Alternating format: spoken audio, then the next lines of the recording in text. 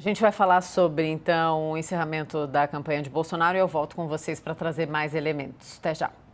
O presidente Bolsonaro escolheu Minas, então, como a gente está contando, como palco aí para o seu último ato de campanha. O repórter Leandro Magalhães acompanhou tudo e conta pra gente. Depois eu volto com o Yuri e o Uribe para vocês.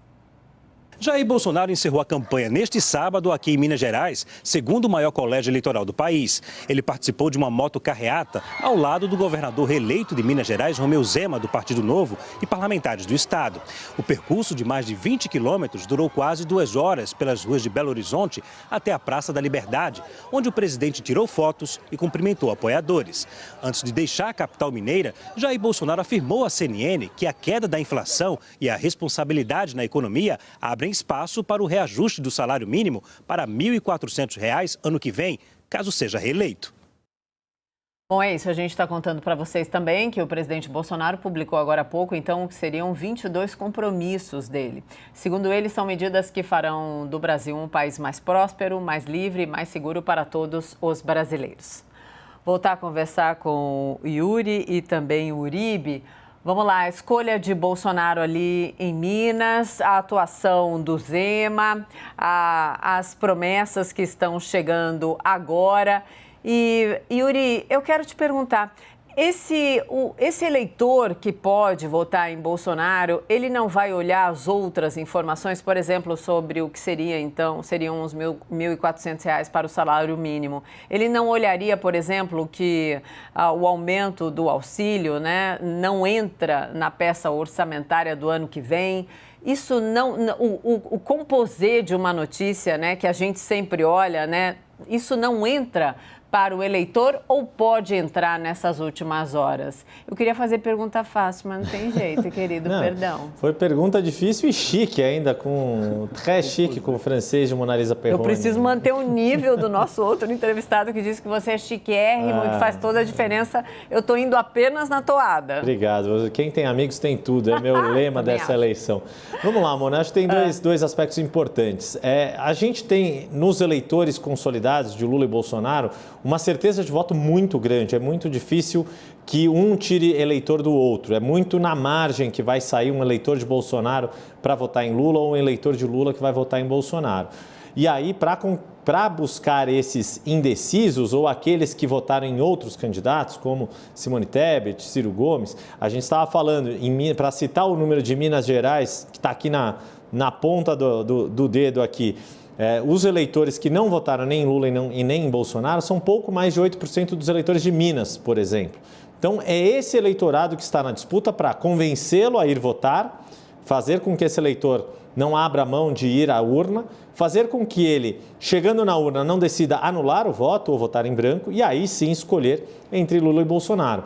E aí, curioso, né? Se Bolsonaro faz hoje essa divulgação dos seus 22 compromissos, na quinta-feira, quando Lula divulgou aquela carta que muita gente viu como um gesto frustrante para a expectativa do mercado de uma nova âncora fiscal, também era um documento pautado em 13 compromissos ou 13 propostas, agregando inclusive 13 áreas, digamos assim, na verdade, agregando inclusive muitas das medidas que Simone Tebet, candidata que ficou em terceiro lugar, apresentou a Lula para franquear o seu apoio, como a questão da Bolsa Poupança, da Bolsa para estudantes de ensino médio que saiam com o diploma do ensino médio, zerar as filas de consultas eletivas, zerar a fila nas creches de educação infantil, etc. e tal. Então, no fundo, os dois candidatos, a despeito de terem eleitores muito fiéis e muito decididos, precisam conquistar esse eleitor do meio, que é um volume pequeno, há poucos eleitores, porque Lula e Bolsonaro já conquistaram mais de 91% dos votos válidos do primeiro turno, mas é um eleitor a ser conquistado. E aí, de novo, reforçar a curiosidade de Jair Bolsonaro ter ido para Belo Horizonte, uma capital que ele ganhou, num estado em que ele perdeu, enquanto o Lula fechou a corrida na sua cidade onde ele mora, cidade em que ele ganhou, São Paulo, embora a capital de um estado que ele tenha perdido. Ótimo. Uribe, dá para mexer no coração, na cabeça e no voto ali com essas 22 propostas de agora? A gente está até chamando. Você detalhava algumas agora há pouco. Pode repetir, por favor, Lindeza? Até para a gente ficar com algumas delas mais importantes na cabeça também.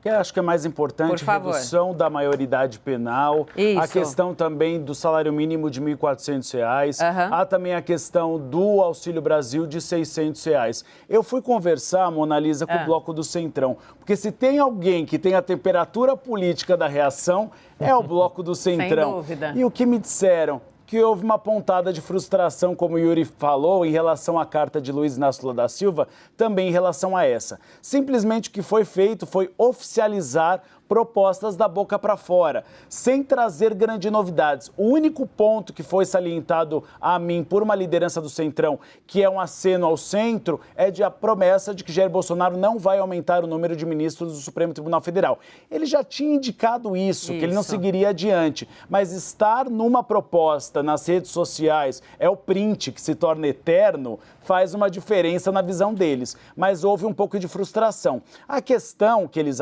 avaliam é que o ponto do R$ 1.400 pode ser uma notícia positiva, mas aí eles caem na realidade um pouco dizendo isso deveria ter sido lançado há uma semana, quando as pesquisas internas mostravam que você tinha Luiz Inácio Lula da Silva numa posição estabilizada à frente de Jair Bolsonaro. Fazer isso na véspera, o tempo de reação e de informação é muito pequeno. Tem pessoas hoje no final de semana, sábado, que não estão muito consumindo notícias muitas vezes, então não dá tempo de chegar a elas, a informação.